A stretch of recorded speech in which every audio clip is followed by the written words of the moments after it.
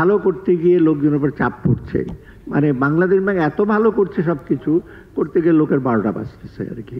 প্রথমত হলো সুশাসনের অভাব, সোজা কথা। এখন ব্যাংকের মালিক, ব্যবসায়ী, রাজনীতিবিদ একাকার হয়ে গেছে। পৃথিবীর কোনো দেশে এরকম নাই। পার্শ্ববর্তী দেশ ভারতে দেখেন, আপনি কি ব্যবসায়ীরা সব ব্যাংক ওন করে, রাজনীতিবিদরা ব্যাংক ওন করে? তা আমাদের দেশে ব্যাংক ওন করবে, তারাই তো চালাবে সব। একটা আইন সংশোধন করেছে বাংলাদেশ। আমি বুঝলাম না যে আগে এটা ছিল যে কোনো ব্যাংক যদি কোনো গ্রুপ যদি ডিফল্ট হতো, যে কোনো একটা লোন, ধরেন একটা বিরাট গ্রুপের ফার্মাসিউটিক্যাল ইন্ডাস্ট্রি আছে, কনজিউমার গুডস আছে, ফার্মাসিউটিক্যাল ইন্ডাস্ট্রির জন্য ডিফল্ট হতো, পুরো হাউস পাবে না। তার মানে না, ওইটা যদি ডিফল্ট হয় অন্যগুলি পাবে। তার মানে কি, ইচ্ছা করে একটাতে ডিফল্ট হয়ে ওদের টাকা নেবে? মানে অদ্ভুত ব্যাপার সব। মানে এইগুলো কি খুব, আমি বলি খুব লেজিবল, খুব ইন্টেলিজেন্ট ডিসিশন নাকি? তো ঘন ঘন সিদ্ধান্তের পরিবর্তন, এতগুলো সার্কুলার। আমি 4 বছর ছিলাম, সর্বগুণে এর 10 ভাগের 1 ভাগেও সার্কুলার বোধহয় আমি দেই নাই। এত ঘন ঘন সার্কুলার দিচ্ছে, কালকে এটা, পরশু দিন হঠাৎ বলে না না এটা হবে না ওইটা। তার মানে কি পলিসির মেকিং ডিসিশন, পলিসি এত রং। আমি বলবো যে ব্যাংকের এই প্রবলেমটা পলিসি লিগেসি, নীতির গলদ। আপনি ধরেন ফরেন রিজার্ভের ব্যাপার, 2-3 বছর আগে দেখেছি আমরা ফরেন রিজার্ভে চাপ পড়ছে, 82-র মধ্যে রেখে দিলেন, $12 বিলিয়ন খরচ করে ফেললেন। কিসের জন্য? ইন্ডিয়া, মালয়েশিয়া, থাইল্যান্ড কিছুটা ডিভ্যালু তেমন করে না, সবাই ডিভ্যালু করেছে। আমরা 82 রেখে, আমরা অনেক স্ট্রং ইকোনমি, আমাদের ফরেন এক্সচেঞ্জ রেট এত ভালো, 12 বিলিয়ন খরচ করে মাথায় হাত দিলেন। আমি মনে করি নিয়ন্ত্রণকারী সংস্থার ফেইলিউর, এটা বড় ফেইলিউর। শুধু পলিটিশিয়ান দোষ দিলে চলবে না। আমার সময় তো পলিটিশিয়ান তো ছিল, তারা কি নতুন ব্যাংক চায় নাই? নতুন ব্যাংক তো অনেক কিছু করেছে। We engage with the politicians, argue করেছি। মাঝে মাঝে আমি খুব শক্ত, মাঝে মাঝে আমাকে উইথ ডিউ রেসপেক্ট শব্দ চল, গভর্নর সাহেব আপনার কি অসুবিধা, একটা ব্যাংক দেন না কেন?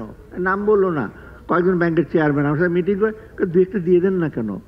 আর উপর থেকে বলতো তুমি 4টা সিলেক্ট করো, আমরা 2টা সিলেক্ট করি, এইরকমও সাজেশন দেই নাই। পুনর্তফসিল দিনের পর দিন 2% নিয়ে আসছেন আপনারা, কোনো মানে হয়? প্রথমবার আমার সময় ছিল 10% আউটস্ট্যান্ডিংয়ের দিতে হবে, দ্বিতীয়বার রিশিডিউল করলে 20%, তৃতীয়বার রিশিডিউল করলে 30%। লোকজন ভয় রিশিডিউল 2% চলে যায়। 1 লক্ষ টাকা নিলে 2000 টাকা দিয়ে বাস, মহানন্দে 15 বছর।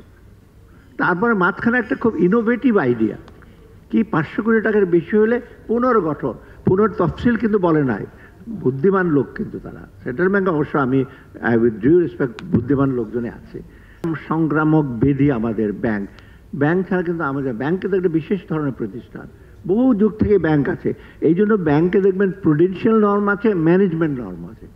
একটা ফার্মাসিউটিক্যাল কোম্পানিকে আপনি বলবেন না, বাট একটা গাড়ির কোম্পানি বলে লাল রঙের ওনাকে বিক্রি করবেন না, সবুজ রঙের গাড়িটাকে দেবেন না, এই সমস্ত তো বলে টলে না। কিন্তু ব্যাংকের বেলায় বলে সিঙ্গেল এক্সপোজার লিমিট থাকবে, তারপর ফান্ডেড ইনকাম থাকে, কারণ এটা ডিপোজিটরদের টাকায় চলে, পরিচালকদের টাকায় না। আর বিশেষ ধরনের এই জিনিসটা আমরা কিন্তু অনুধাবন করতে পারি না। ভাবছি ব্যাংক মানে আরও 10টা কোম্পানির মতো চলবে, যেখানে ইচ্ছা ডাইরেক্টররা যা ইচ্ছা তা করবে। এই জিনিসটা যতদিন অনুধাবন না করতে পারবো, ততদিন আমরা এই সমস্যার কোনো সব শুনবে। বাংলাদেশ ব্যাংক একটা অনেকটা সমবায় সমিতির মতো হয়ে গেছে মনে হয়, যে বাংলাদেশ ব্যাংক ব্যবসায়ী, ব্যাপ with due respect with bank director, অর্থাৎ যৌথভাবে বোধ তারা ডিসিশন নেয়। মানে তাদের চাপ আছে, যাই বলেন, ব্যবসায়ীদেরও চাপ আছে। অতএব বাংলাদেশ ব্যাংক নিয়ন্ত্রণকারী কর্তৃপক্ষ বলতে নিয়ন্ত্রণকারী কর্তৃপক্ষ হতে থাকবে, ভেরি স্ট্রং স্ট্যান্ড নেবে, শক্ত হাতে। এটা করেছি, বিচারবে। নিজ রিয়েকশন করে লাভ নাই। হঠাৎ করে চিন্তা করলাম, কে কি বললো, আবার করে ফেললাম, আবার আরেকজন বলল, এই যে অনবরত চলছে, এটা কিন্তু আমার মনে একটা মঙ্গলজনক না। আর্গুমেন্ট দেখলাম যে ক্রলিং পেগে 127 টাকা হয়ে গেছে, ইম্পোর্ট কস্ট বেড়ে গেলে আপনার বাড়বে, মূল্য বাড়বে। তখন একজন আর্গু করে, আমরা সুদের হার তো বাড়িয়ে দিয়েছি, মূল্য কমে যাবে। আরে বাবা, সুদের হারের সাথে মূল্যের কি সম্পর্ক?